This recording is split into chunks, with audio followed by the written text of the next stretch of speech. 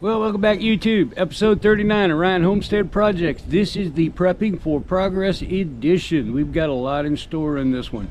We're going to be opening it up with a diesel heater fiasco, but then we're going to work on a lot of prep in the kitchen to get the ceiling in. We're going to talk about some floor tile prep. We're going to talk about getting the shower ready for ceramic tile. We've got a lot to discuss, so without further ado, let's kick off this episode, take a walk and see what we got done.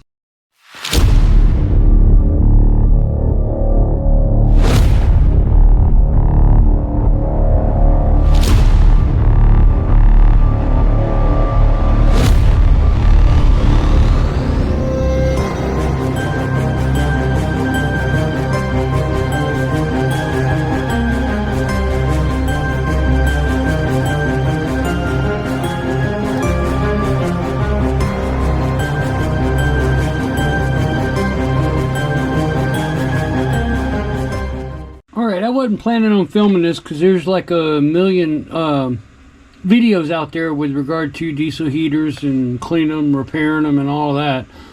But I do want to show you what I found. Today is one of the coldest days of the year. It hasn't been out of the 20s. This morning it was in the single digits. Came down in my usual fashion and checked all my web interfaces and stuff, and realized that I was pulling a lot of current through my 12 volt battery system, which would normally mean that my under cabinet heaters are running, but that was abnormal because with my diesel heaters running I never really had an issue with them kicking on. So I came out here and checked, and lo and behold, the diesel heater that's sitting here right at the edge of the cabinet, I had previously mentioned that I knew I needed to take it apart and do some work on it because I put it back together wrong, all of that kind of stuff. And the things that I found when I started tearing this apart scared the crap out of me. So first thing is that the blower shroud that sits on top of here and bolts into these bolts right here, when I came out here to take it apart, all of those bolts were finger tight. I guess I missed tightening those back up. Not a huge deal in the sense that it's all sealed, and the blowers were blowing and they were just loose, so it couldn't have been good. It couldn't have been efficient, but it was all the bolts right here. These four specific bolts that you see were all finger tight. Not good. So then I came in and I took out my burner assembly here, because if you remember I said I put the screen in wrong and needed to take it apart anyway at some point. Well, it failed last night. Coldest night of the year, single digits this morning, it failed. And came out here this morning and had an E08 alarm on the control panel. Unplugged it and let it sit all day because I had to work, and decided to come out here this evening. By the way, it is Monday, December the 15th, and it is late in the evening. But I wanted to show you some things that I found, and that was the whole point to bringing this video up. If you look down inside the bottom of there, I'm trying to get the camera so that it will show you. You can see there's a whole bunch of debris down there in the bottom. And if I shake this, that all moves. It's all loose. And it's really hard trying to hold the camera and the light and show you what I'm trying to show you. But you can see that all of that stuff is moving. It's all loose. I don't know what it is. I don't know where it came from. It's all kind of different carbon, red, a whole bunch of different colors. But anyway, all of that stuff was sitting in the bottom of the burn chamber right there. Next thing I found in checking out the actual burn chamber itself, if you notice, there is a lot of carbon buildup around the outside of this thing. It was not burning very efficiently at all, and that's probably my fault because I put that screen in wrong. It's been running for several weeks without an issue, but the one thing that I do want to show you, I'll put this up here so so it's easier to see. But if I shine my light in there, if you look right there on the side, there is a big pool of carbon that is built up on the inside of here. I don't know what that's from, why that's there. I'm assuming it was because of pooling diesel, but I really don't know. I don't have a lot of experience with these things to know what that could have been.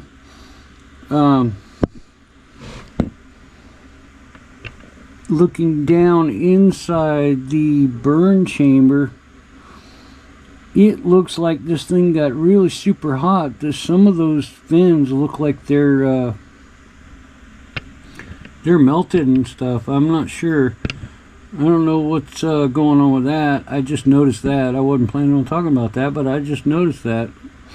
I'm going to go ahead and clean this up. I'm going to try to save the stuff that's coming out of here so I can investigate it further when I have more time and it's not freezing cold. But I wanted to share that with you. This is what I found inside of here. And so at this point, I'm going to work on trying to get this thing back together. There's a million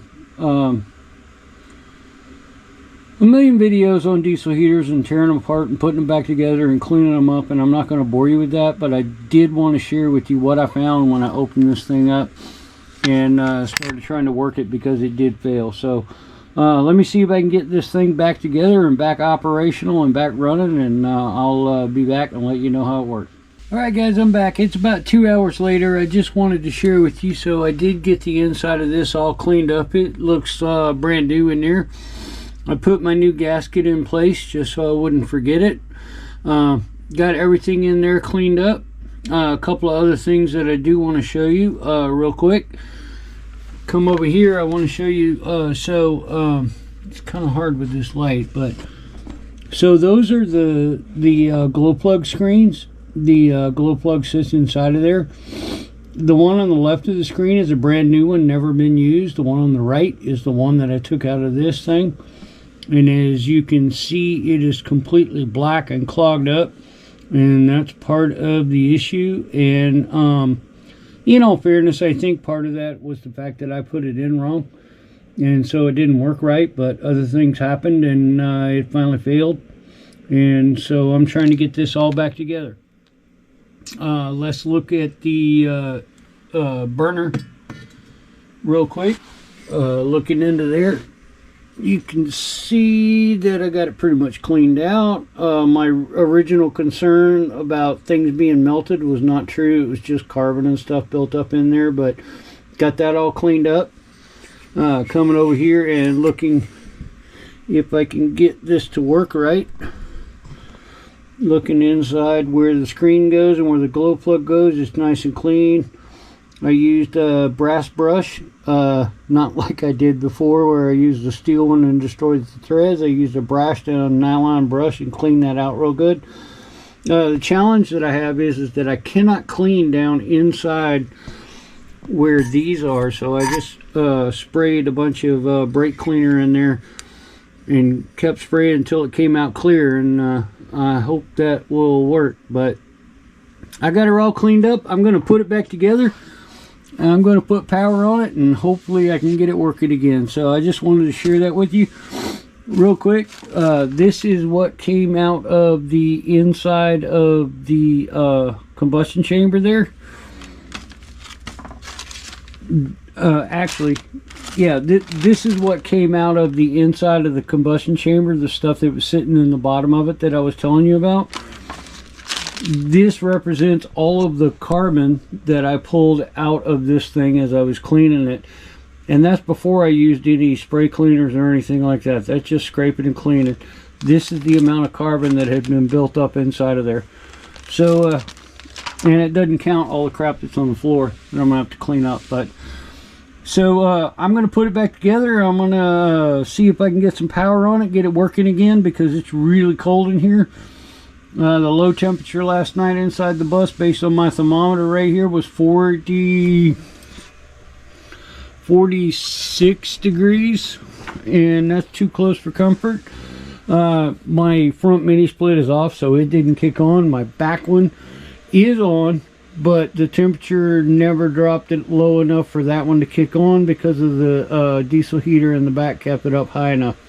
Problem is that the warm air from the back one didn't propagate forward far enough. And fortunately for me, all of my emergency equipment, things like that, everything pretty much worked and kept everything warm, so it didn't freeze up when it was 8 degrees this morning when I woke up. So I'll be back and hopefully I'll be able to get this thing running. Alright, final update on this diesel heater. It is back in, it is running, it is installed. Got everything put back together the way that I wanted it to be. I fixed all the mistakes that I made on previous rebuilds. Running good. It's been running for about 30 minutes. I will tell you right now that if you look at the thermometer, when I fired it up, that temperature reading was in the 40s. Now it's sitting at 54, so it is definitely working. It is, if you look at the control panel there, it is approaching 9:30. Still Monday night. It is running. It's running good. I got it on automatic mode. I cranked it up a little bit to warm it up in here, but so far so good. I'm going to call it a wrap on this diesel heater repair job. Got her done, got her fixed, got her working, and everything seems to be working. So I'm gonna let it run for the night and see what happens. I did crank up my temperature a little bit. I've got it set to 68. I want it to warm up in here. It's supposed to get down into the low 20s tonight. This morning it was in single digits and everything is cold, so I want to warm it up. One of the other things I've done is I've opened up all the cabinet doors. My backup system for temperature definitely kicked in. They were cranking out the power. I've opened up the doors to try to get some extra heat in and make sure that they don't freeze up. Even with this failure last night, they didn't come close to failing. When I came out here this morning, it was 8 degrees. Both sides of my heaters in there were on, and the temperature inside was in the 40s. So everything is working the way that I intended it to. All my fail safes are working. Everything is working. I did have a failure and I recovered from it. So we'll see what happens, and I'll update you when I get more into this video. But at this particular point, I think we're good to go. Diesel heater is back up. It's back running. Everything is good. I did for a moment think that I had a problem because I used the wrong glow plug in there. I used a glow plug from one of my previous episodes with diesel heaters when the power went out. The glow plug that you see sitting on the floor right there is what should be in that diesel heater. What's in there right now is one of the original glow plugs prior to my power outage fiasco, and it's working. So all that does for me is tell me that that's a good glow plug, and that one is too, so I don't have to throw anything away. So I'm going to call it. I'll give you a further update as time goes on when I keep going with this video and provide more info. Alright, well, fast forward to the future. It is Thursday evening. It's after work, and I wanted to run through a few things that I've been doing to try to comply with the title of this video, and that's prepping for progress. There's been a lot of things that I've done since Monday. After I get through this, I do want to provide an update on the diesel heater again, and then we'll do some other things. But for right now, let's talk about what I've done from a prepping standpoint so that I can be set and staged to make some things happen on this bus. You may be able to see it in the background if you're paying attention, but if you'll notice, I got the reflectix on my ceiling in the kitchen. So let me show you what that looks like. Take this for a walk back here and then turn around and look at it.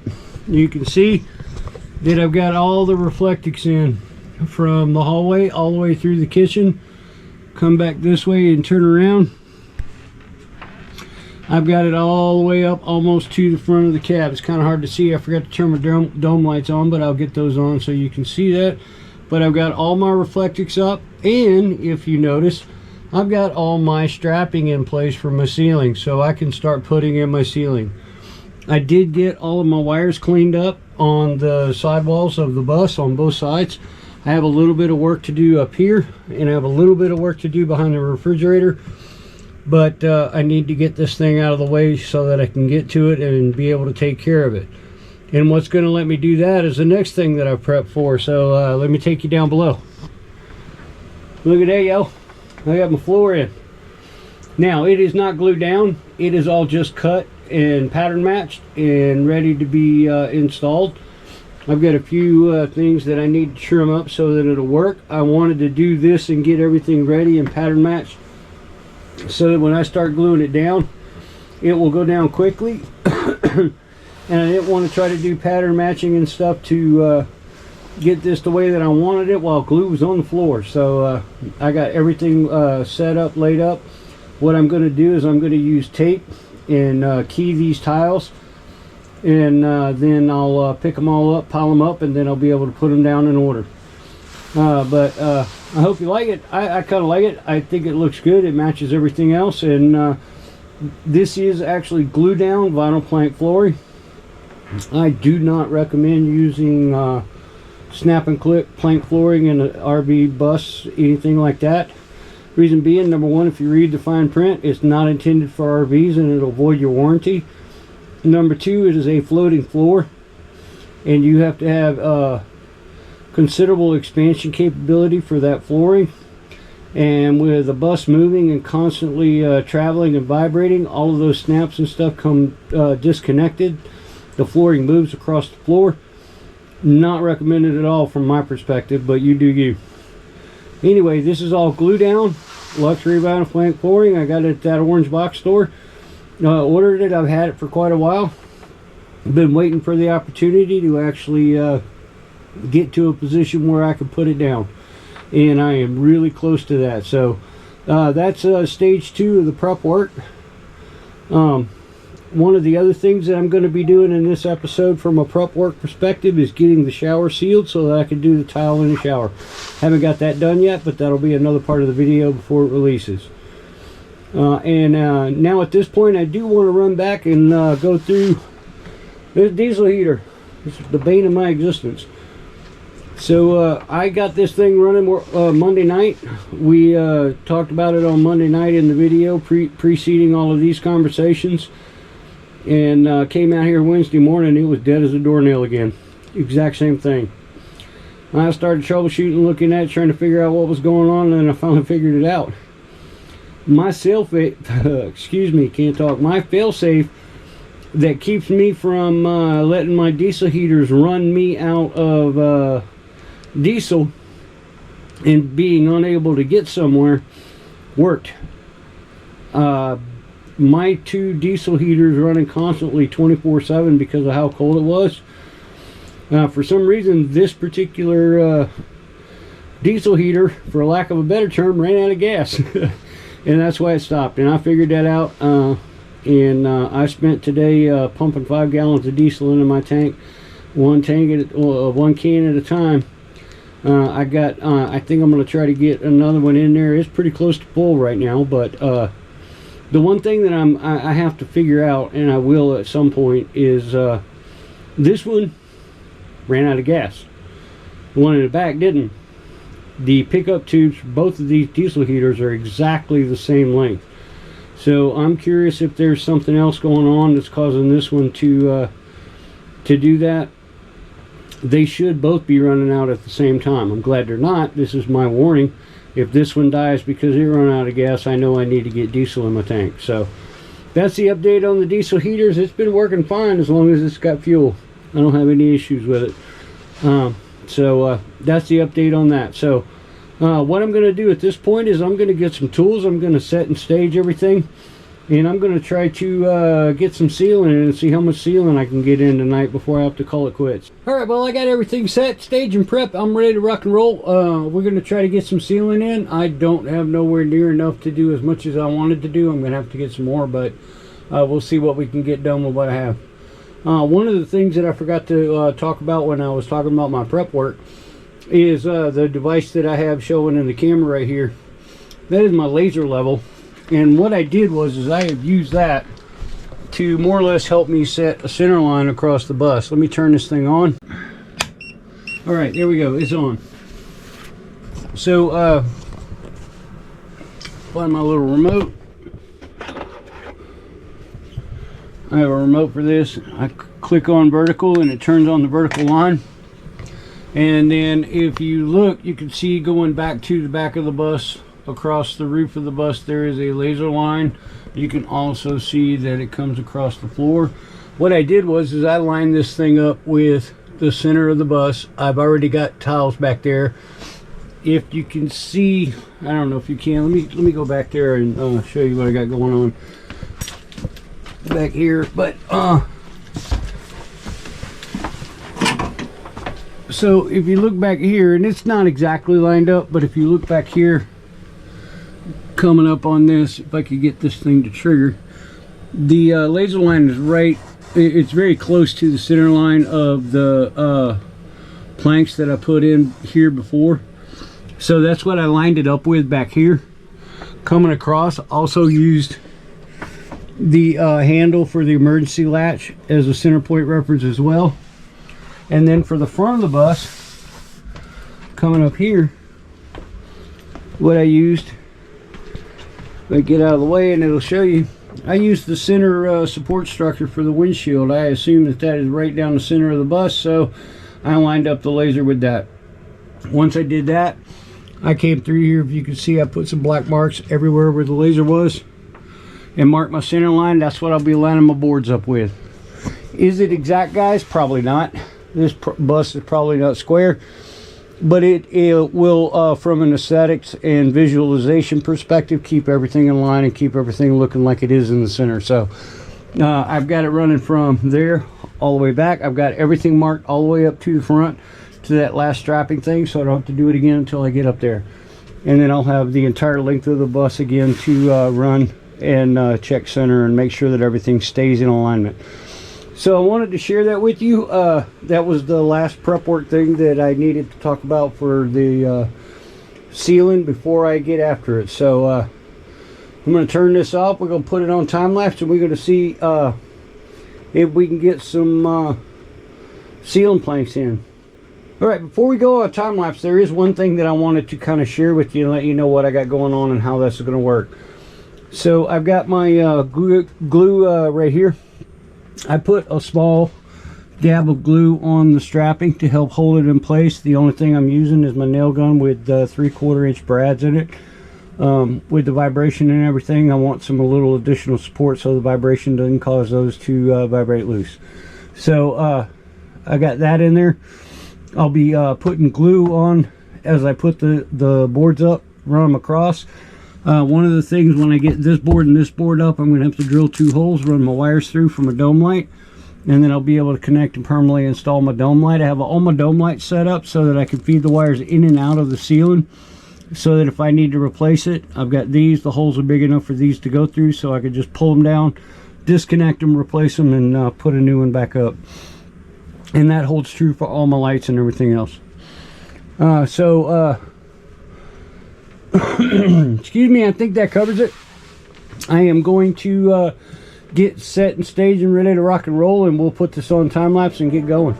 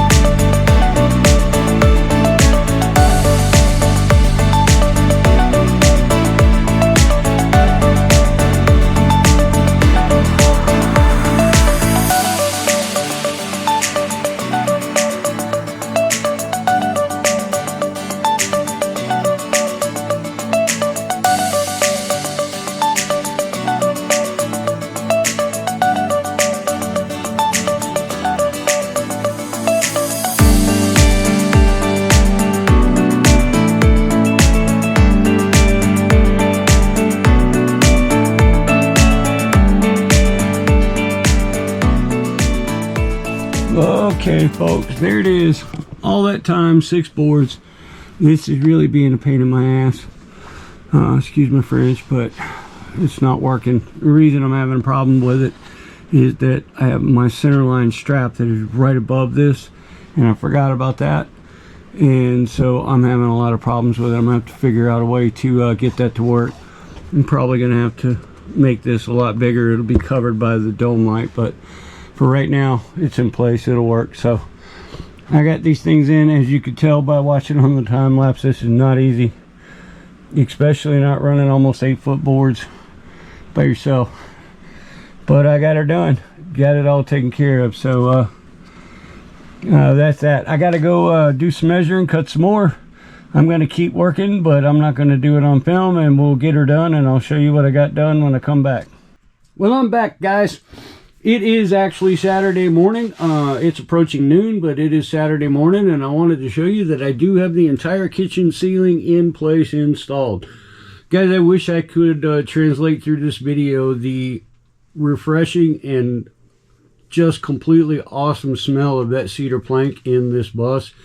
It smells great in here right now. But I wanted to share that with you. I do have all my lights in. They're all permanent. They're all installed. They're all wired up. All the wiring has been cleaned up and taken care of up inside the ceiling. Please notice that I also do have my dome light in. I got that taken care of. What I had to do was I had to put a fairly sizable notch in the plank to get my connectors and wiring up in there, but it went in there, got it all seated and sealed. Did a test on it, and it works. So I've got all that in. It stops right here, and the reason that it stops right there is because my upper cabinets are going to go across here in this area on this side, and they're going to go across here above the range hood and on this side over here. Also note that I did get the finish wall planks in for behind the refrigerator. I need to get my floor down, and once I get my floor down, I'll be able to put the refrigerator back in here, work on the finishing wall on this side, and then I'll be able to move it out of the way and get that all trimmed up. But I want to fix this wall over here and know exactly where that's going to be before I do that.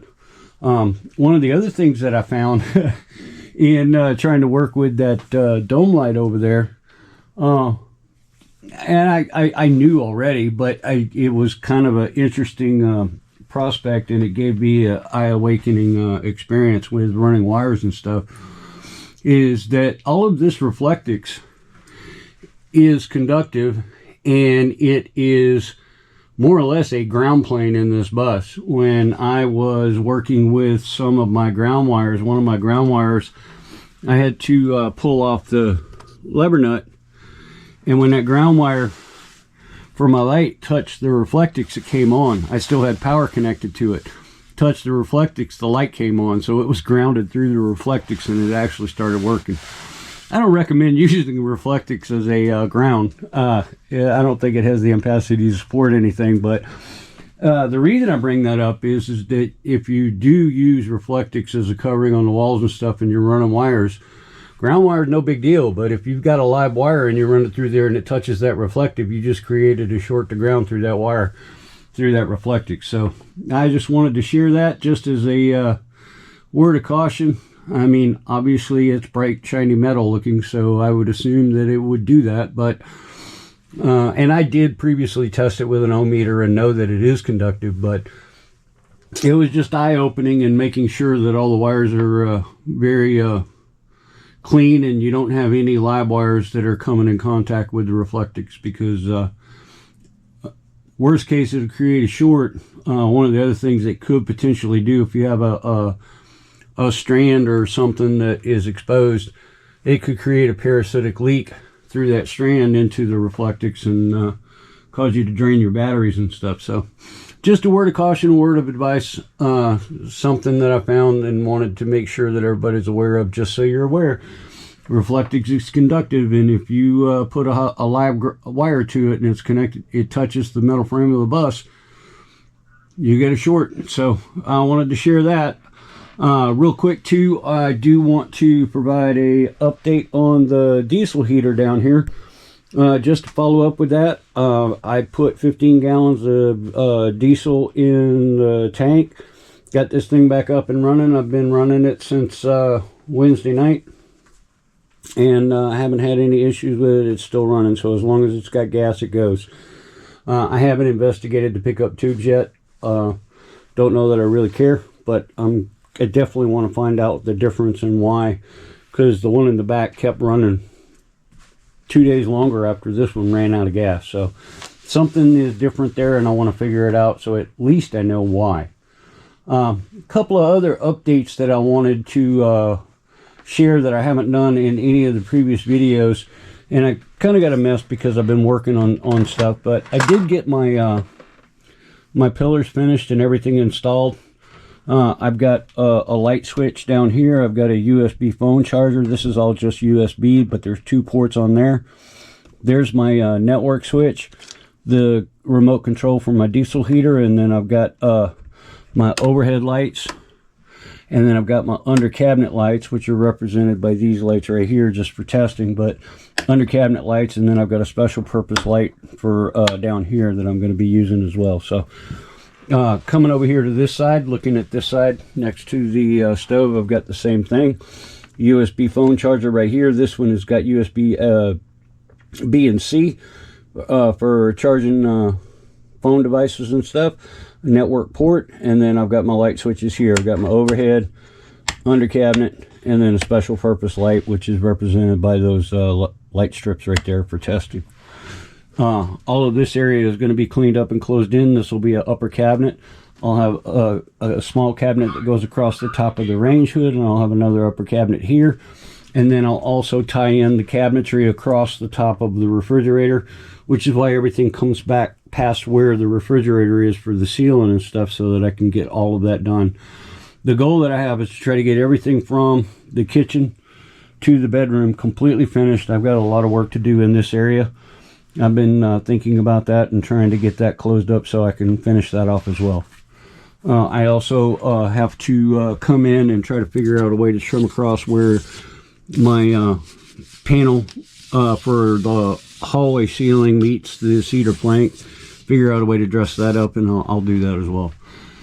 So that's what I have been doing, and that's the updates that I've got from prep work position. The prep work was getting all the reflectix and straps in, and then it allowed me to move forward in progress and get my sealing in throughout the entire kitchen. This is also a pre-stage prep work for being able to put in my upper cabinet. So those are the things that I'm going to be working on. One of the next things that I'm going to do based on my goals for this video is I'm going to get all of that stuff right there out of the way. I'm going to clean out my shower, and we're going to waterproof the shower so that I can set and stage and prep to get my ceramic tile in, and further work towards the goal of getting everything from the bedroom to the kitchen completely finished and done, so that then I can move on to the living room area and then finally the bedroom area. So I'm going to work on a few little nitpicky projects that I need to do. I'm going to get the shower area cleaned out, and then I'll be back and we'll waterproof the shower. One other thing that I do want to share, excuse me, I haven't been able to bring the ceiling any further forward.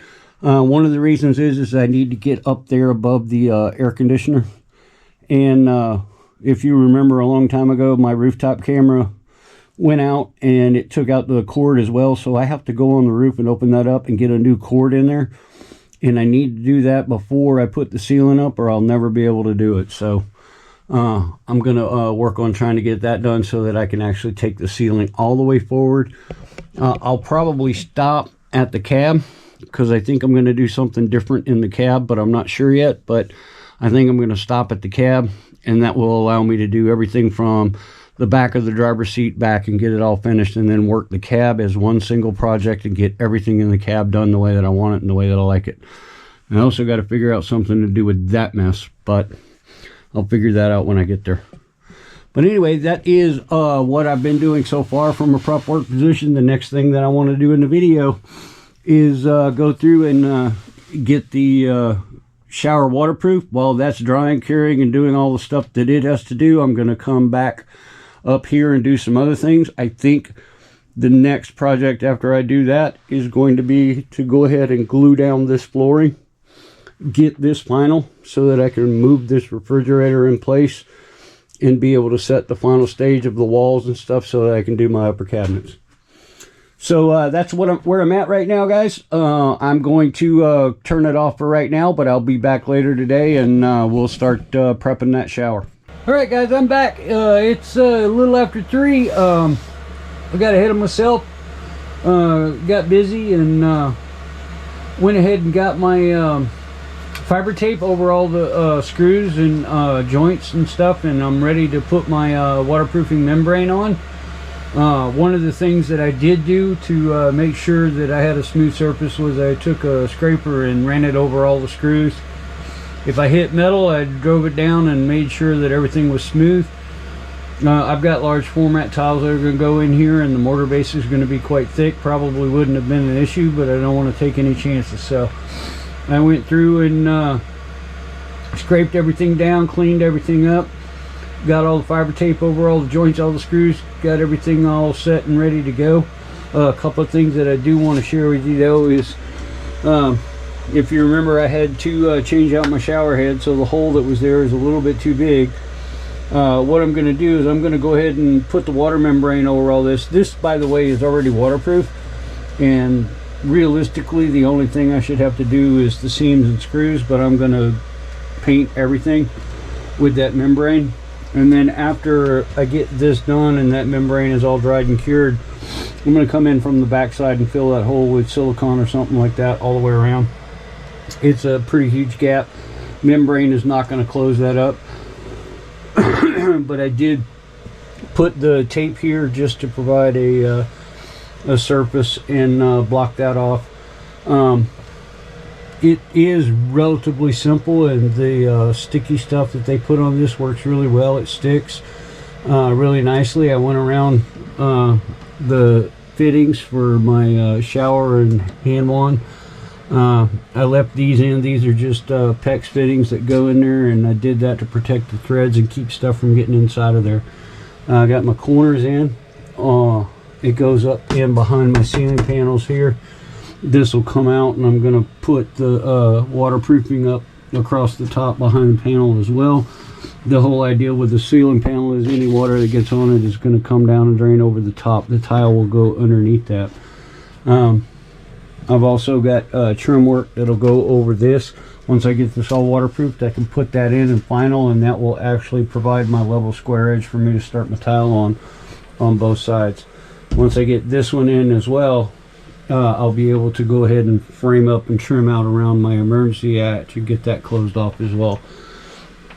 I'm really excited to be here. I built this thing a year ago and wanted to do this ever since, and so here it is a year later, and I'm actually going to start working on it. Within the next few days I should have my tile in here, I hope. The real challenge is going to be cutting ceramic tile to match the curvature of the ceiling, but I'll figure that out when I get there. I do have a tile cutting blade for my angle grinder. I've never done that before. I do have a tile saw. I have done that before, but we'll see what's going on. Here's my waterproofing membrane in that bucket right there. I intend to pretty much use that until it's gone. I'm going to save a little bit in the bottom of the bucket so that I can seal up the holes where I put my starting ledger in. It'll go around the bottom. I'm going to put that in, and then I'll have a little bit in the bucket so that when I pull the ledger off, I can seal those holes up and then put my bottom run on, and I'll be done with the tile, and it'll wrap out. One of the things that I'm really concerned about though is that area right there. You see that white? The shower pan is square and the wall's not, and so the wall is actually somewhat behind the shower pan there. So I'm gonna when I do the tile, what I'll probably do is try to work the mortar base on both the tile and the wall, so that because the tile is going to come over the top of that and go down all the way to the ledge on the shower all the way around. So I'm gonna have to figure that out. Hopefully I don't have any major issues with that, but we'll see when we get there.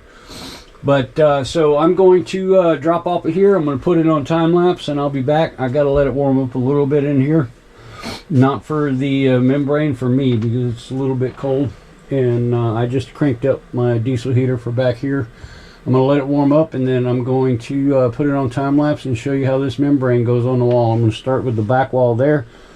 Then I'm going to go over here to this one, and then I'm going to come over here and do this one last, because this one's going to be the most complicated with all the stuff, and I'm going to have to be careful so I don't get it all over everything. Here's the fiber tape. It was a roll. It's a 150 foot roll. I can't remember where I got it. I think I got it at Lowe's. I don't know. I don't remember, but it works really well. It's easy to use. All I needed was a razor blade to cut it. Cuts really easy, and sticks to the wall without an issue. So once it's stuck, I mean, sometimes getting it to stick to start with was a little bit of a challenge, but enough of me talking. Let's get to work. So I'll be back on time lapse, and we'll get this coated.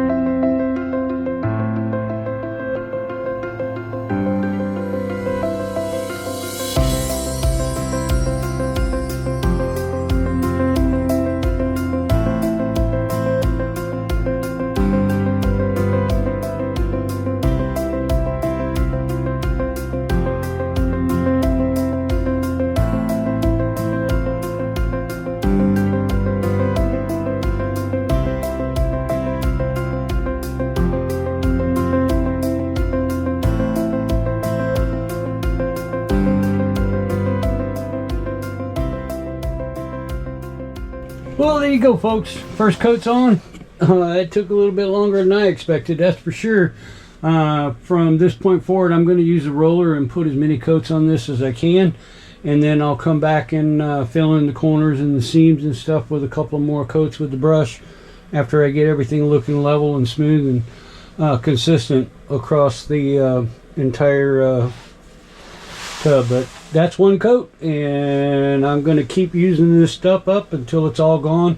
I'm going to take a break. It takes about 30 minutes for it to dry, so I'm going to let it sit for a bit, and then I'll be back and finish it up, and I'll come back and show you what it looks like when it's all done. Well, there it is, everyone. 4 coats. Everything is ready. In 8 hours, I can put ceiling tile in this shower. I am extremely excited about that.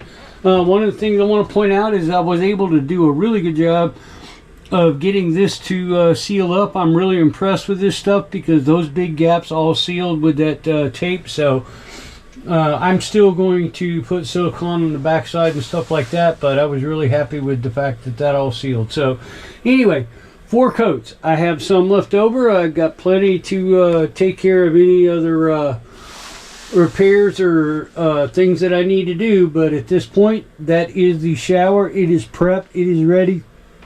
I can make some progress and get some tile in here. So I hope you enjoyed this and have some insight on what it takes. So that's where we're at. All right, one of the last things I want to do before I wrap this up and the battery dies on my GoPro is, if you notice, I got my tile up. I got them all stacked right here. One of the things that I did, I was talking about keying them.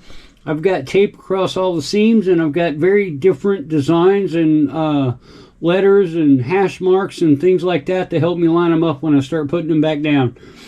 Every one of these has a piece of tape or more on it, and it'll help me line them up.